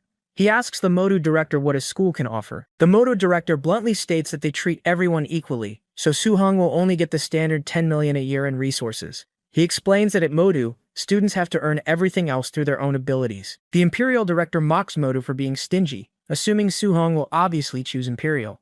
However, Su-hong surprises everyone by choosing Modu. He explains that while Imperial offers great perks, Modu's competitive environment offers more freedom and the opportunity to truly push his limits. The Modu Director laughs, praising his ambition. He tells Su-hong to report to the school the very next day. Su-hong is confused since it is still summer vacation, but the director explains that Modu students don't rest. They spend their summers fighting in freshman tournaments, virtual ladder matches, and experiential missions. Su-hong realizes Modu is a pure battleground and accepts the challenge. Later that day, the Imperial Director tries to recruit other top students from Jiangnan Province as a backup plan. She visits the homes of the 2nd, 3rd, and 4th place prodigies, including Chen Tianyan, but is shocked to learn that every single one of them also chose Modu. They all want to follow Su-hong just to get a chance to beat him and prove they are the true #1 genius. The next day, Su-hong arrives at the Modu railway station. The student, Bai Kang Sheng, introduces himself as the senior in charge of welcoming the new class. He recognizes Su-hong from the news and happily offers to show him around campus. They arrive at Modu Martial Arts University. Senior Bai gives Su-hong his freshman handbook and points bracelet. He explains that points are the only currency used on campus to buy food, housing, and martial arts resources. Freshmen start with 100 points and have to earn more by fighting in virtual ladder matches or taking on missions. Su-hong puts on the bracelet, wondering if he can earn martial Dao points for his system by fighting in the virtual world. Senior Bai leads Su-hong to the dormitories and shows him his assigned housing. Surprisingly, Su-hong was given the best attached luxury villa on campus. However, Bai smiles and warns him that dorm assignments can be challenged at any time, meaning other students can fight him to steal his room. Su-hong complains that the school intentionally rigged the system to force him into fights. Nearby, a group of jealous freshmen glare at him. Seeing that he got the best villa just from dumb luck, they immediately start plotting to team up and take him down. Su-hong enters his villa. It is massive, with a lavish living room and a fully equipped training center. He lays down in the virtual pod to connect to the ranked ladder matches, wanting to test out the system. The pod scans his consciousness and drops him into a glowing blue virtual lobby. A notification pops up explaining the rules. In ranked matches, all participants have their physical strength and spiritual energy levels standardized to match their opponent's tier. Additionally, special physiques and spiritual powers cannot be used. Su-hong feels his body become sluggish, as his overpowered stats are reduced to average levels. He realizes the ladder matches purely test raw martial arts skills and combat techniques, without relying on broken stats. The system prompts him to select a weapon, and he chooses a spear. He is impressed to feel the weight and texture perfectly match his real-life weapon. Next, he is prompted to enter a username to protect his privacy. He tries a few normal names, but they are all taken. Frustrated, he mashes the keyboard. The system accepts the random input, registering his username as I love long legs and black tights. Su-hong cringes, embarrassed by the weird name, but the system says it cannot be changed. He quickly adjusts his avatar's face to hide his identity, accidentally making himself look like a middle-aged uncle. He clicks matchmake and is paired against an opponent named Likes Busty Girls. Su-hong laughs, realizing there are plenty of weirdos in the virtual network. The match begins against a muscular, bald fighter armed with a heavy mace. The man taunts Su-hong, asking if he is stunned by his handsomeness. Su-hong ignores him and charges forward with his spear. The opponent swings his mace, expecting a heavy clash, but Su-hong's footwork is too fast. He effortlessly dodges the heavy swings and counters with a flurry of rapid spear thrusts. The muscular fighter is shocked. Even with their physical stats completely equalized, Su-hong's raw spearmanship is completely suppressing him. Unable to block the relentless attacks, the bald fighter is impaled through the chest. Su-hong wins the match. He earns 1 ranking point and notes that he won relatively easily despite losing all his overpowered stat advantages. He realizes this is the perfect opportunity to temper his fundamentals and promises to become invincible in the same realm, even without his system boosts. Meanwhile, in a nearby villa, a girl complains to her older sister that they should go challenge the person who got assigned Villa 001. The older sister, Qingwan, is the top scorer from Jiangnan Province, but they were placed in the smaller Villa 002. Qingwan ignores her sister's complaining, saying she is too busy climbing the rank ladder to care about dorm rooms. She enters her virtual pod and is matched against her next opponent. Seeing the username I love long legs and black tights, Kingwon rolls her eyes, muttering that men with perverted names are gross. Kingwon's avatar spawns into the virtual arena, wearing her real-life glasses and the short skirt with black thigh-high socks. She immediately complains about Suhong's perverted username and neared middle-aged uncle avatar. She decides to finish the match quickly and charges forward with her sword. Suhong easily blocks her first strike. He pushes back and unleashes a flurry of rapid spear thrusts. Kingwon manages to parry them, realizing that despite his gross username, he is actually a master spearman. She thinks he is purposely using a weird name to make people underestimate him. Wanting to win quickly, she activates her B-rank fire attribute sword technique and unleashes a massive wave of flames. Suhong quickly activates his own movement technique to dodge. Kingwon is shocked that he easily saw through her footwork, but she quickly switches to a wind attribute attack and strikes again.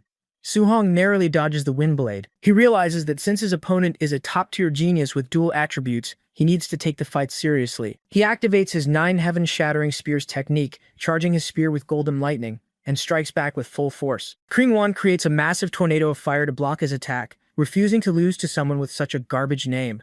The two clash, their weapons sparking with fire and lightning.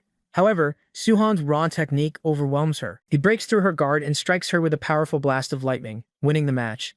As the virtual arena fades away, Kingwon blushes in embarrassment, angrily cursing Suhong's name. She promises to track him down, defeat him, and force him to change it to something normal. Suhong wakes up in his virtual pod, satisfied after the exhilarating fight. He checks his points bracelet and notices a friend request from a user named Qinghwan. He accepts it and asks who she is. Kingwon replies that they just fought, and introduces herself as the beautiful girl from the match. Suhong immediately assumes she is a scammer trying to hit on him for money. He replies that seduction won't work because he is broke, and then instantly blocks her. In her own villa, Kingwon reads the blocked message and screams in frustration, calling him a jerk. Suhong climbs out of his pod, glad he didn't fall for the obvious scam. Feeling hungry, he decides to head out and try the school's cafeteria food. He steps out of his villa's front gate, only to find a massive crowd of angry freshmen waiting for him. The students instantly start shouting, demanding he fight them for the rights to his luxury dorm. Suhong just sighs, his stomach grumbling. Suhong tells the crowd to attack him all at once because he's in a hurry. The students are surprised by his confidence and ask if anyone knows who he is. Since he is from another province, nobody recognizes him. Thinking Suhong is just a nobody trying to bluff, a student named Wang Tang steps up to challenge him. He powers up with red energy and throws a heavy punch. Suhong effortlessly catches the fist with one hand, completely stopping the attack. He then throws a quick counterpunch straight into Wang Tang's face. The impact sends Wang Tang flying backward, and he crashes into the ground, knocked out cold. The rest of the crowd is shocked, noting that Wang Tang is a Tier 3 martial artist and just got taken out in a single hit. Suhong cracks his knuckles and asks who wants to go next. Seeing how easily he won, the terrified students immediately step back and run away. Suhong tells the fleeing students they can't run. He activates his weapon condensation art, forming massive glowing blue tentacles of psychic energy. The tentacles shoot forward, wrapping around the retreating freshmen and dragging them back. Realizing Suhong is actually a psychic, the students immediately start screaming and begging for mercy. Suhong ignores their pleas. He leaps into the air and unleashes a rapid barrage of heavy punches. The devastating blows knock out the entire group of Tier 3 prodigies in seconds. The remaining spectators watch in absolute shock. They realize this unknown kid must be Suhong, the legendary Jiangnan province top scorer who soloed a Tier 4 savage drat. The state of Suhong shuts his system interface. He receives a few dozen martial Dao points for each student he knocked out. He complains that since he broke through the Tier 3, beating up other Tier 3 practitioners yields fewer than 100 points per person. He notes that earning points is getting harder and harder. He looks up and notices a large group of Tier 2 freshmen watching him from down the street. The students freeze in terror, quickly raising their hands and insisting they are only there to watch, not challenge him. Suhong just gives them a sinister smile. He figures that while Tier 2 students aren't worth many points, it's still better than nothing. The students scream for help as Suhong charges at them. 1 minute later, the entire street is littered with unconscious freshmen. The beaten students groan in pain, calling Suhong brutal for picking on people weaker than him and threatening to tell a teacher. Suhong arrives at the cafeteria, carrying a large tray of food. He scans his points bracelet to pay, noting that a single meal costs 5 points. He realizes the 100 starting points the school gives freshmen are only enough for 20 meals. He sits down at a table and notices 3 familiar faces from Jiangnan province: Wang Tiantuo, Xiao Yan, and Lin Xinghe. Tiantuo is surprised to see him looking so happy. He asks Suhong if he managed to get a private dorm room. Suhong asks if the dorms are really that bad. Tiantuo complains that he was assigned to a cramped 8-person room, and feels insulted by the school. Suhong asks the other two what they got. Xinghe, who has long hair and slightly feminine features, angrily yells that he got assigned to a 4-person girls' dorm just because his hair is long. Xiaoyan, a tomboyish girl, yells that she got assigned to a boys' dorm. They both complain that the school just judged them based on their looks without actually checking their files.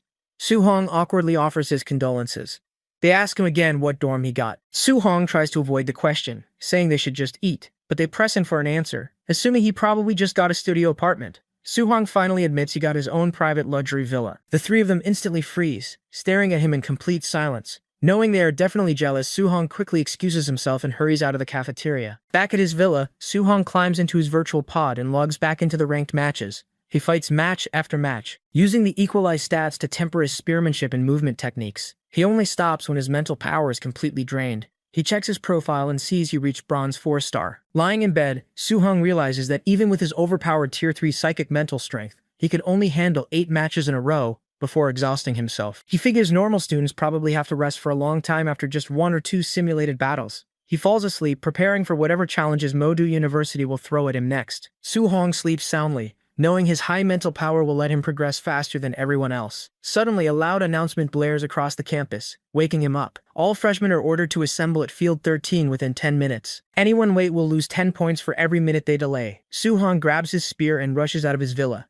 He complains that the penalty is brutal, since he barely earned 20 points from all his hard work in the virtual arena. As he runs down the street, a voice suddenly calls out his embarrassing virtual username. Suhong freezes in shock, wondering how someone figured out his real-world identity so fast. He turns around and sees a girl with glasses and a black skirt. It's Qinghwan, his opponent from the ladder match. She angrily demands to know why he rejected her friend request and blocked her. Suhong recognizes her as the girl he thought was trying to scam him online. He groans internally, annoyed that she actually managed to track him down in real life. Suhong tries to play dumb, asking if she mistook him for someone else.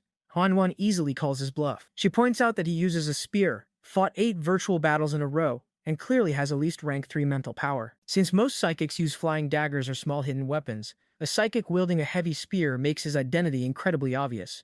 She introduces her real name as Gu Wanhuan, and politely asks to be friends. Suddenly, Wanhuan's younger sister pops up from behind her. She is completely shocked that her sister is taking the initiative to add a guy when she previously rejected over 100 friend requests. Wanting to see what is so special about him, the younger sister leaps forward and attacks. She unleashes a flurry of fast kicks, but Suhong effortlessly blocks every single strike with his freed hand. She teases him mid-fight, asking if he wants to compete to be her sister's boyfriend.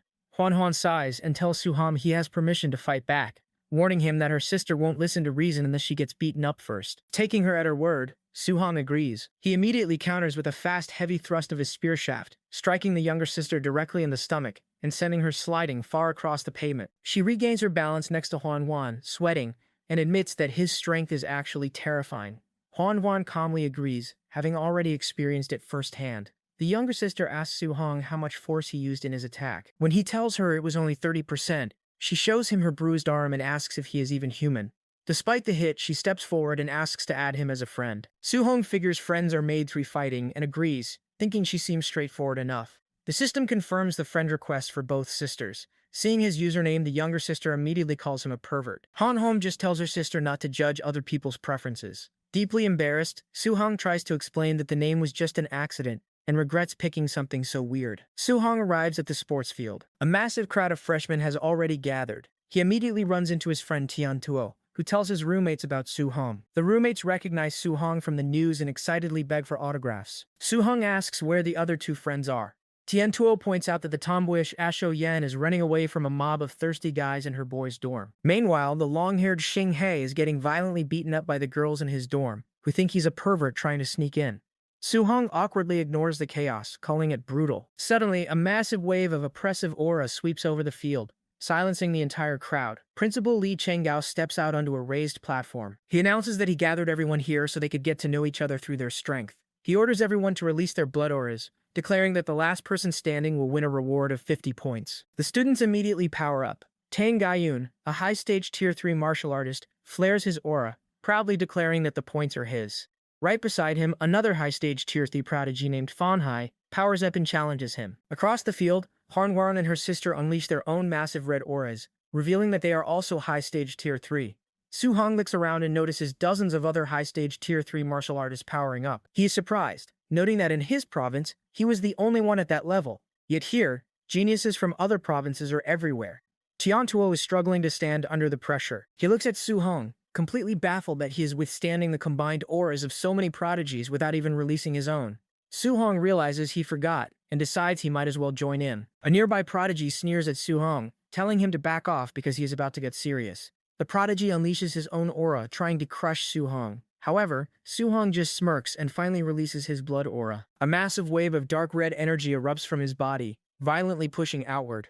The force is so strong it instantly knocks the cocky prodigy to his knees, making him cough up blood. The surrounding students panic and run away, unable to breathe under the overwhelming pressure. They realize Su Hong's aura feels significantly stronger than all the other high-stage Tier 3 prodigies. The other top students recognize him as the guy who killed the savage dragon, and decide they want to test if the rumors are true. Jealous that a low-stage Tier 3 student got assigned to Villa 001, the prodigies decide to team up against him. They combine their blood auras, merging them into a massive glowing red dragon of pure energy. The energy dragon roars and charges directly at Su Hong. The massive red dragon made of combined blood aura dives straight at Su Hong. Despite the overwhelming pressure, Su Hong stands his ground. He scoffs, telling the dozen high-stage Tier 3 prodigies that their combined signatures are nothing special. He stomps his foot, bracing himself, and reaches his hand out. Channeling his own dark red aura, he commands the energy dragon to shatter. A brilliant flash of golden light erupts from his hand, tearing through the red dragon and completely dispersing the combined attack. The shockwave sweeps across the field, leaving the other prodigies stunned. Su Hong lowers his hand and casually asks if it is over already. The prodigies are in complete disbelief. They can't understand how a single low-stage Tier 3 student managed to tank a combined attack from over a dozen high-stage fighters head-on. They finally realize why he was assigned to Villa 001, and admit that he is an absolute monster. Even Han Van is surprised, realizing Su Hong is even stronger than she originally thought. Su Hong glares at the remaining prodigies. He tells them he will remember that they all targeted him today, warning them they better not cross paths with him in the future or he will beat them up without mercy. Han Han and her sister quickly raise their hands, insisting they didn't join the combined attack. Su Hong laughs and agrees they don't count. The other prodigies grumble in frustration. They wanted to make a name for themselves today, but only ended up making Su Hong look better. However, they refuse to give up. The muscle-down Fan Hai decides that since he has the Strength King physique, he will just beat Su Hong in close combat later. Tang Gai Yun also vows to surpass him, confident that his psychic abilities will give him the edge in real combat. Nearby, Su Hong's friends from Jiangnan province watch in awe. While the other students are terrified, Xinghe proudly brags to the crowd that Su Hong is their top scorer. Up on the platform, Principal Wei smiles. He notes that Su Hong definitely knows how to make a scene, but admits he likes young people who are arrogant enough to back it up. Li announces that the orientation is over. Instead of rewarding just one person, he decides to give 50 points to every student who managed to stay standing through the pressure. He encourages the students who didn't get the reward to train hard, reminding them they can earn part and virtual ladder matches.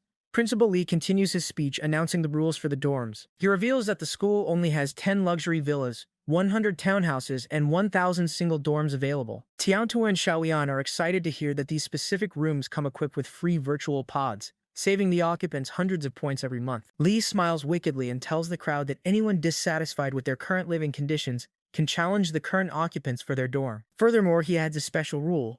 If any group of students manages to team up and defeat one of the dozen top prodigies standing in the center of the field, every member of that group will instantly earn a single dorm room. The promise of free virtual pods and private rooms completely energizes the crowd of thousands of freshmen. Knowing they have the numbers advantage, the students scream and charge directly at the top prodigies. Seeing the massive horde rushing toward them, the prodigies panic. Fan Hai suggests they team up to fight off the crowd. Huan Wan and her sister agree, stepping back into a defensive formation. They ask Su Hong if he wants to join their team. Su Hong smirks and cracks his knuckles.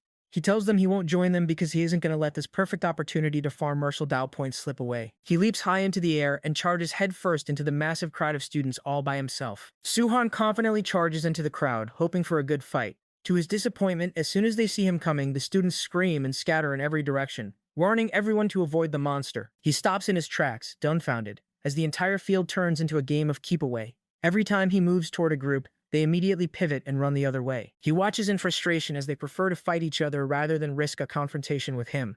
Meanwhile, the Gu sisters are still holding their ground, surrounded by a massive number of challengers. A critic friend, the younger sister, suggests they pretend to be defeated so they can just take the single dorms and stay in their current villa. Han Han scolds her, calling her a spineless weakling, and refuses to give up the fight. So suddenly, the younger sister spots Su Hong running in their direction. She shouts his name in relief, hoping he'll intervene. The challengers, seeing Su Hong approaching, immediately panic and retreat. Su Hong, realizing the Gu sisters are in trouble, leaps forward and slams his fist into the ground, creating a powerful shockwave that sends the attackers flying. The sisters are stunned as Su-hong stands before them, having cleared their immediate path. Su-hong fires a blast of calm lightning at a student trying to sneak up behind him. The student quickly raises a water wall to block the attack. The student is shocked by how fast Su-hong's martial skill release speed is, wondering if he has a special physique. The lightning shatters the water wall, forcing the student to jump back to avoid the blast. He assumes that since Su-hong is only at the initial stage of rank 3, he can't be that strong. Suddenly, green vines erupt from the ground, wrapping around the student's legs and trapping him. The student realizes Su-hong used a wood attribute control skill, meaning he actually possesses dual attributes. The student powers up and breaks the vines, but before he can react, Su-hong appears right behind him, moving with incredible speed. The student desperately fires a water cannon to protect himself. Su-hong charges his fist with golden lightning and punches straight through the massive blast of water, shattering it effortlessly. The student is completely stunned. He possesses a water spirit body with 100% water attribute affinity. Yet his strongest attack was just shattered by a single punch from a lower stage opponent. The student realizes Su-hong is a monster and tries to run away. Su-hong doesn't let him leave and suddenly unleashes the exact same water wall and water cannon techniques he just saw. The student is terrified, asking how he knows those moves. Su-hong casually replies that he just learned them from him. Before the guy can process the shock, Su-hong closes in and strikes him down with a heavy, lightning-infused palm. The impact creates a massive pillar of energy that can be seen across the field. Up in his office, Principal Lee watches the combat footage on his phone. He is blown away that Su-hong mastered 2 A-rank martial skills in less than a minute just by watching his opponent. He realizes Su-hong's talent is even higher than his official records suggest. Lee gets into a heated group chat with other instructors who are trying to claim Su-hong as their disciple. He tells them Su-hong belongs to him and threatens to beat them up if they don't back off. Down on the field, the defeated student lies on the ground, muttering that Su-hong isn't human. Su-hong checks his system and sees he earned 149 martial value points from that single fight. He's happy with the payout and looks around the chaotic field for more high-stage rank 3 targets. He spots Fanhai, the blue-haired prodigy, who is busy fighting off other freshmen. Fanhai is sweating, realizing that a high-stage martial artist couldn't even escape from Su-hong. Su-hong doesn't give him time to worry. He powers up his red aura and charges directly at Fanhai, shouting for him to spar. Fanhai panics, seeing the monster coming straight for him. Fanhai sees Su-hong coming and realizes he can't run away. He looks for help and spots Tang Gaiyun, the other high-stage rank 3 prodigy. Even though teaming up feels embarrassing for 2 top-tier geniuses, they agree that Su-hong is too dangerous to face alone. Su-hong notices them and calls Tang Gaiyun a shorty, telling him not to even think about running. The insult works, and an enraged Tang Gaiyun agrees to team up. They charge at Su-hong together, using what they call their usual tactic. Su-hong isn't impressed and simply tells them to scatter. He leaps into the air as they rush in, causing their combined attack to miss completely. While still in the air, Su-hong delivers a powerful kick that sends Fanhai crashing into the ground. Tang Gaiyun doesn't back down, and unleashes his Thunder Roar technique, sending bolts of blue lightning towards Su-hong. Su-hong counters instantly with his own palm lightning. The 2 massive elemental attacks collide head-on, creating a huge explosion of golden and blue sparks that cracks the pavement. Su-hong doesn't pause, immediately using his speed to reposition for the next strike. Su-hong is surprised to realize Tang Gaiyun is a spirit reader. Tang Gaiyun laughs, saying Su-hong realized it too late. He tries to use his mental energy to overwhelm him, telling Su-hong that knowing your enemy is the key to victory. But Su-hong's eyes suddenly flash with bright blue light. Tang Gaiyun is stunned to discover Su-hong is also a spirit reader. Su-hong mocks him, asking who is the one talking about knowing their enemy. He charges up his fist with a cold blue aura and unleashes the dark bone-chilling fist. The triple-way battle between the top prodigies becomes even more intense, with explosions of energy tearing up the ground. Watching from the side while standing on a pile of defeated students, the younger Du sister asks who will win this fight. Hornwon doesn't hesitate, saying it's definitely going to be Su-hong. Su-hong pushes past his limits and lands a massive strike that sends both of his high-tier opponents flying. Su-hong's powerful strike sends Fanhai and Tang Gaiyun crashing into the ground. Tang Gaiyun uses his telekinesis to stop his fall, floating just above the grass. Su-hong stands tall, wiping a small drop of blood from his fist. He casually commends them for actually managing to make him bleed, calling them pretty strong. Fanhai is furious. He yells that their full-power joint attack only managed to cause a few drops of blood, yet Su-hong calls them pretty strong. He wonders what Su-hong considers super strong. Regardless, Fanhai powers up his red aura again, and tells Tang Gaiyun they need to keep working together to take him down. Before Fanhai can even finish his sentence, Su-hong flashes right in front of him. Using his telekinetic bind, Su-hong completely immobilizes the muscle-bound fighter. He charges up his palm lightning and blasts Fanhai with a point-blank burst of golden energy, knocking him completely out of the fight. Tang Gaiyun is horrified by how fast his partner was defeated. Su-hong immediately turns his attention to him, dashing forward with a heavy punch. Tang Gaiyun desperately throws up a telekinetic shield to block this strike. The impact creates a massive shockwave, but a shield holds. Gaiyun smirks, noting that their telekinetic power levels seem to be about equal. Su-hong shatters Tang Gaiyun's shield and grabs him by the face. He admits their psychic powers are equal, but his physical strength is far greater. Su-hong slams Tang Gaiyun into the ground, completely taking him out. He then turns around and beats down Fan Hai, crushing both top-tier prodigies with ease. Watching from the side, Wanwan's sister is amazed. She teases Wanwan, saying she understands why her sister has her eye on Su-hong. She then points out Wanwan is actually wearing black stockings right now, suggesting she dressed up specifically to pander to Su-hong's weird virtual username. Wanwan blushes and angrily tells her sister to stop talking nonsense. Unfortunately, two students nearby overhear the conversation. They immediately realize Su-hong is the guy with the perverted username who won 8 matches in a row, and they start gossiping that Wanwan is trying to seduce him. Enraged, Wanwan leaps into the air and kicks the gossiping students in the face, telling them to shut up. The younger sister decides to stir up more trouble. She yells across the field to Su-hong, asking if he purposely picked his username because he had his eye on her sister all along. The surrounding crowd of students instantly assume Su-hong and Han are hooking up and start cheering for the new couple. Su-hong drops F. Hangai's unconscious body and glares at the crowd. T and Wanhan both yell at the students to stop spreading rumors. However, the crowd just laughs, saying they're only getting mad because they got caught. Completely embarrassed and frustrated, Su-hong and Wanhan both power up their red arrays. They charge into the massive crowd of students, violently beating up everyone who called them a couple. The students scream for help as they get thrown through the air, joking that the young couple has a fierce temper. Watching the chaos from a safe distance, the younger sister playfully knocks on her head and admits she might have messed something up. Su-hong and Wanhuan chase down the younger sister, Lele, and beat her up. A few minutes later, Su-hong holds a bruised Lele up by the scruff of her neck. He forces her to explain to the battered crowd of students that she was just talking nonsense, and that there is absolutely nothing going on between him and Longhan. The students nod along, but their expressions make it clear they don't believe a word of it. They mutter that an explanation is just a cover-up, which means the rumors must be true. Frustrated, Su-hong draws Lele. He looks at Huan and asks if they should just use that move. She nods in agreement. They both power up their red auras again and charge back into the crowd, brutally beating everyone up until they stop spreading rumors entirely. A few hours later, inside his office, Principal Lee is doing handstand push-ups.